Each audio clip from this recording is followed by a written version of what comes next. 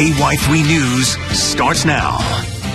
Went to the floor, the roof came off, praying that it wouldn't get as bad as it finally got. We heard all the splintering and the thump on the roof. We have not experienced an outage of this magnitude since the ice storms of 2007 and 2008. A large-scale emergency has been declared in Greene County after this morning's severe storms rocked the entire area. Good evening, I'm Lisa Rose. And I'm Steve Grant. This is the first time since the 2007 ice storm. Strong winds have knocked over trees and power lines, as you saw, leaving thousands in the dark. And even highway crews are using snowplows to get trees off of county roads. We have live storm team coverage giving you an up-close and personal look at recovery efforts in Springfield and how at least one building in Monette was flattened. But first, another round of storms could push through the Ozarks tonight. Ron Hurst in the First Alert Center with when we'll be in the clear from all of this.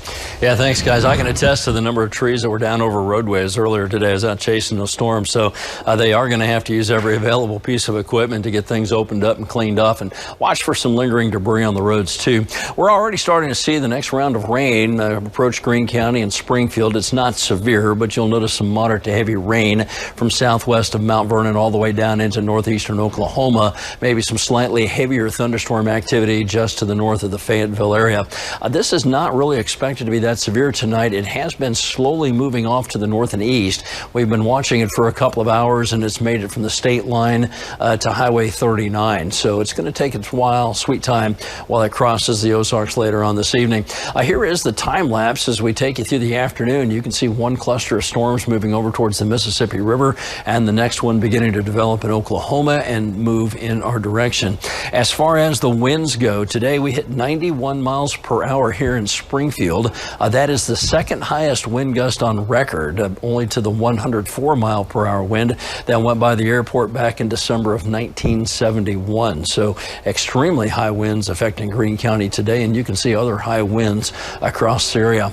Let's go ahead and get a look at Futurecast. It's a little on the slow side, but it has been picking up on this rain coming out of Kansas and Oklahoma that is going to slowly make its way across the Ozarks tonight and into the early morning hours of Wednesday. So keep the umbrella handy if you're headed out this evening. Temperature-wise, we're probably going to hang out in the very low 60s for much of the night. Some places may dip to about 58 or so, but again, we're going to have that chance of rain through the night. Now, we have more rain on the way for Wednesday, and again on Thursday, we've decided to issue a new first alert for Wednesday for severe storms and flooding. I'll tell you all about that when I come back. Thanks, Ron. One of the major headaches thousands of people are dealing with is no power right now. Nearly 50,000 customers of city utilities lost electricity when the storm came through. And what's so amazing is that it is just widespread across the city.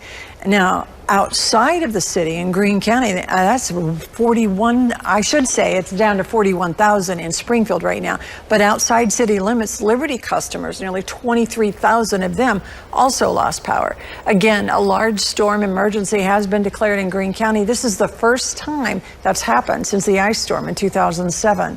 Francis Watson is live in North Springfield after speaking with a family who really needs that power to care for their special needs baby. Francis? Yeah, that's right, Lisa. First, let me show you what the problem is here. Like many families, they are working to assess the damage. But the biggest problem at this home is this tree you see behind me. I'm going to get behind the camera so you can get a really good view of what it is that I'm looking at. You can see how the roots have been plucked out of the ground, and the house just holding up that tree amazingly, crashing up through the top. The damage right now unknown, but this is one of a few trees that has fallen on the ground. And like many others, as you mentioned, they're without electricity, which is posing a threat to a child who lives in the home. She has spina bifida and requires medical devices to be able to eat and to, of course, survive. So that's an issue up here. They're waiting, like everyone else, to find out when the power is going to be restored. As far as damage is concerned, they are working right now with their insurance company to make sure that they can get the home secured before the next storm. Reporting live in North Springfield, I'm Francis Watson. Steve, Lisa, back to you. And tonight, people in the Monette area are also in cleanup mode after they were hit hard as well. Adam Woodray joins us live from Monette with the latest on all this. Adam?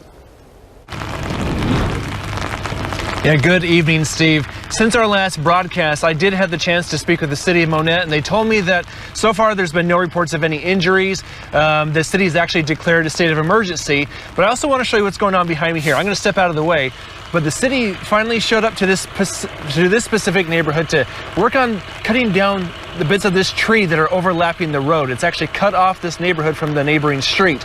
Luckily, the folks that live here do have another way around. But then if you look over here to the right of your screen, you'll see this uprooted tree, this massive tree. That tree actually fell on the homeowner's home. It severely damaged the roof. I spoke to her a little while ago. She said she's okay, but it definitely startled her, to say the least. But as people started surveying the damage, it became clear that this was a powerful storm. Trees are down everywhere, buildings are damaged, and people are out here with their chainsaws. I spoke with one man who owns a storage unit on the west side of town. He opened it up about 3 years ago. But now it's just a pile of debris. Yeah, some of the little personal stuff that they keep in there, they come and got. I'd called everybody and told them I'd help them get their stuff out, so they're here one at a time. And the city also told me that if people have like medical devices that they need or that need electricity, they can go to the Clark Resource Center. They'll have some electricity there for people to use in that case. And also the Red Cross is set up at Fire Station 2. This is at 904 East County Road. The city says the Red Cross will have some supplies like rakes. They'll also have some water on hand for people who need it. In Monette, I'm Adam Woodbray, KY3 News. And Liberty Utilities is setting up generators to power the water wells in Aurora, Marionville, and Verona. Customers in those three towns are being asked to conserve water because power was knocked out during the storms. A convenience store in Willard had its roof and front wall peeled off by those ferocious winds. This is the corner of highways EE and AB. No one was hurt, but the building will need extensive repairs. Crews have been there working to fix and protect what they can. And in Springfield on Greenwood Street, a big tree blown over, heavily damaged a home. It punctured the roof in 3 places, took down power lines and the weatherhead. It is a sight that's repeated over and over. The homeowners say the wind and the pounding rain were loud, and then they felt the impact of the storm and are now having to wait just to get started with repairs. It's a waiting game right now, which sometimes it's a little frustrating, not knowing where to start. Right. And knowing that I can't cover the hole because of it being wet and right next to the main power supply is definitely frustrating. A roofing company told her they would have to lift the tree off their house with a crane. If they try to cut it, it could cause more damage. Well, our live storm team coverage will be back right after the break. Ashley Reynolds on your side, helping you get started with filing an insurance claim. Ashley has some good advice, and there is storm damage in northwest Arkansas tonight, too. Video from Gravette, Arkansas shows pieces and parts from a boat dock factory thrown hundreds of feet in today's exploding storms.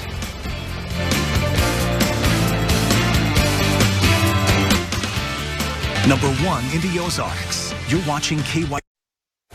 Well, since 9 o'clock this morning, we've had hundreds of reports and your pictures of the damage from the strong storms. These are photos that have come in through the KY3 weather app showing a lot of trees knocked down and buildings that were flattened and 90-mile-an-hour winds in some areas. And if you'd like to see more, you can find dozens and dozens of these as well on KY3.com in our storm picture section.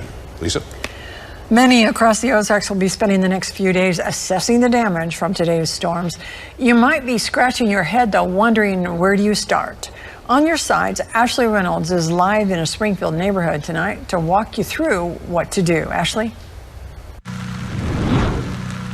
Hey, Lisa. Well, before we get to that advice, I just want to show you what happened here to this property owner. We're in a neighborhood in South Springfield in their backyard.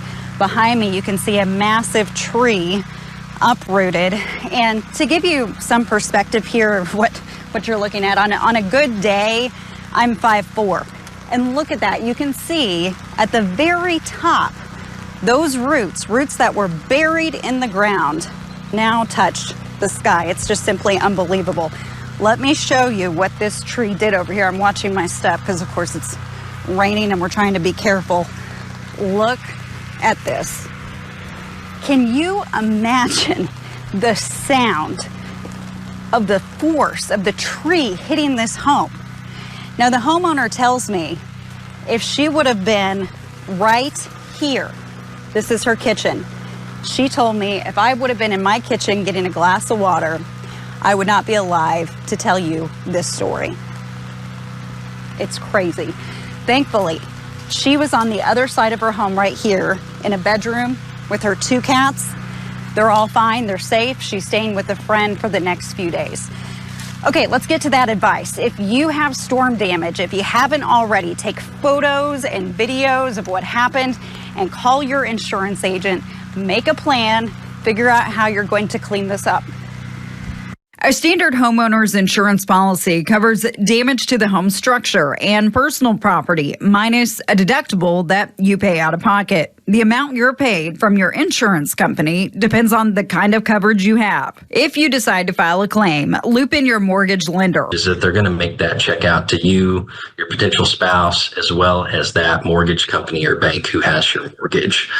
So all 3 people or entities are going to have to sign off on that check before you can get the funds to start the repairs. You can bet fly-by-night companies will be on your front porch. If you live in an area that requires a business and peddler's license, ask to see those credentials. You know, there's going to be some people that probably come out of the woodwork and start door knocking in those areas that may have gotten hit with damage. Probably need to do your research and get reviews from people you know that have had their roof replaced. If you need tree removal services, a certified arborist should give you their ISA number, which is usually on their business card. For any storm repair work, get 3 bids from local, reputable companies. Use caution with a lowball estimate. There might be additional fees. Remember, a good deal today should be a good deal tomorrow. Finally, can you afford it? If insurance won't pay for all of it or any of it, and you don't have the money in your emergency fund, talk with your bank. A home improvement or HELOC loan might be a better option, especially compared to a credit card, which typically has a higher interest rate. Back here live in South Springfield. Now, if you do not have storm damage, use this time to be proactive, because if something like this ever happens to you, your future self is going to thank you if you do this. And what do I mean by that? Simply take your cell phone and take photos and videos of your belongings. Just click video on your phone and literally walk around your house and record what you have. This is going to help you if you ever have to file a claim. We're live in South Springfield. Ashley Reynolds, KY3 News. Well, buckle up. We have another round of storms in the works for the Ozarks. Ron will be along with the timing for that and who could see heavy rain again. He'll also go over why Wednesday has been upgraded now to a first alert weather day as well.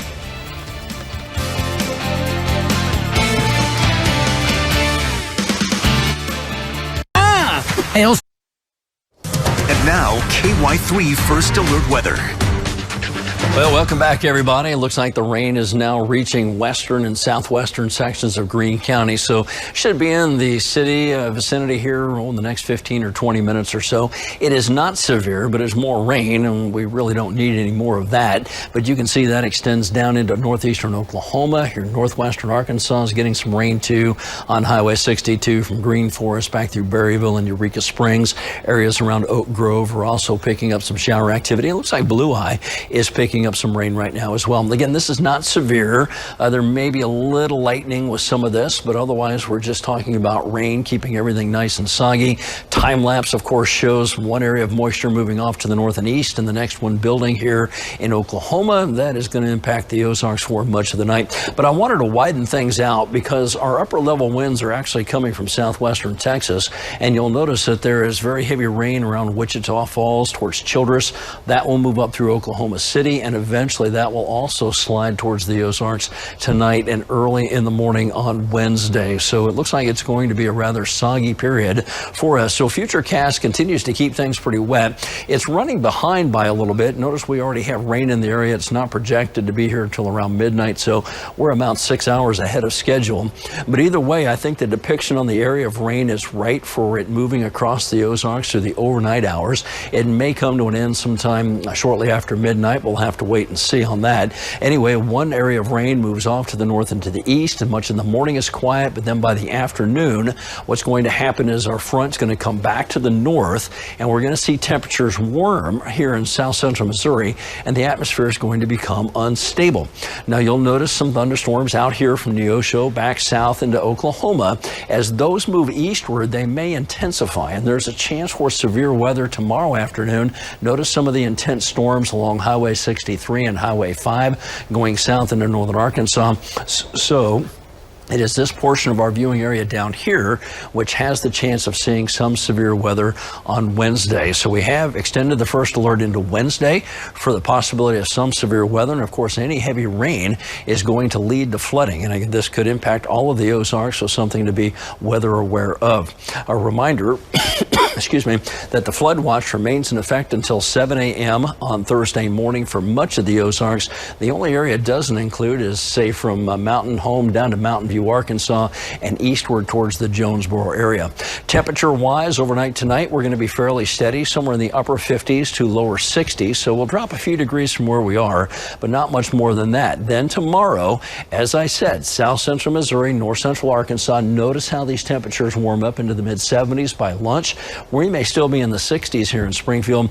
Eventually, we can make it into the low 70s, but notice how we're upper 70s along Highway 63 and Highway 5, and that's why this portion of our viewing area has the potential for some severe weather. Now, I think the threats are going to be high winds and maybe a small tornado threat, much like we had today. Now, as we go into Wednesday night, we'll see another round of moderate to heavy rain move across the Ozarks. Now, this should be the last batch of heavy rain, although on Thursday, we'll have a cloudy day with showery weather continuing on into the afternoon, but it really won't add much more to the rainfall totals. Now, on Friday, we'll have yet another boundary drop out of the northern plains across the area, and that may also produce some light rain before it eventually comes to an end. Now, all told, we could see an additional 2 to 4 inches of rain on top of what we've had today. It is already nearing record-breaking rainfall amounts here in Springfield. In fact, we were just shy by like a half inch or so when the equipment stopped working today. So we may have actually surpassed a record by now.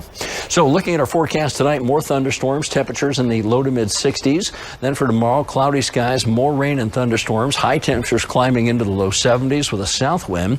And then again, more rain on Thursday and maybe some showery weather on Friday. And that should keep temperatures much cooler. As we get to the weekend, we'll have an opportunity to clean up as the sun returns.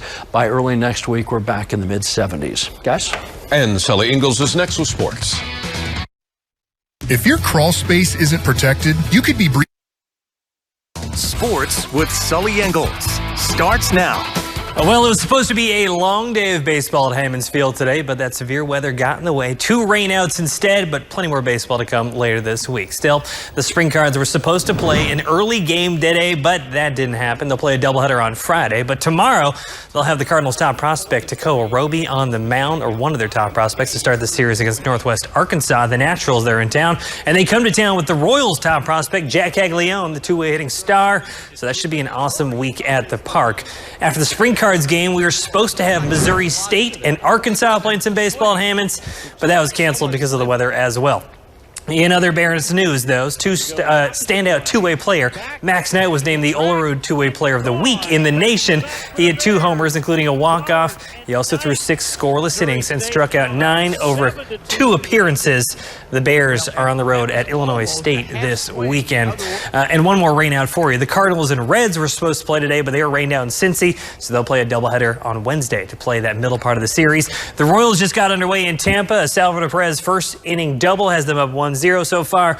Tomorrow night, the Blues try and take a hold of the series in the NHL playoffs. The goal going into last week was to defend the home barn, and the Blues did just that, taking games 3 and 4 to even up the series at 2 apiece. Now it's back on the road to Winnipeg. The Blues got practicing today before the trip, and at practice, head coach Jim Montgomery, well, he actually took a puck to the face, but he's a tough guy. He's a hockey guy. You see him with the bandage right here, and he still told us how important a better road game is, especially against an elite goalie. When someone's as good as Hellebuck is, it's a big part. You got to have a plan with the goalie. I mean, just like they have a plan with Benner, so it's simple. Screen goalies, when goalies are as good as Benner and Hellebuck, you try and make them take away their eyes so they don't see it. And we've done a pretty good job of that the last 2 games. We got to do a significantly better job than we did in Winnipeg. Around the Ozarks, Warsaw senior pitcher Briley Brewster is having a dominant season, allowing just 8 runs in 79 innings pitched, striking out an average of 2 1/4 batters per inning. She's already thrown 5 no-hitters in her career. She even just hit the first homer of her high school career last week, handing Skyline their first loss of the season in the process. And guess where she's going to take her talents next year? That's right, Briley is committed to Missouri State. Despite interest from some major programs around the nation, she says family is the reason she's staying home.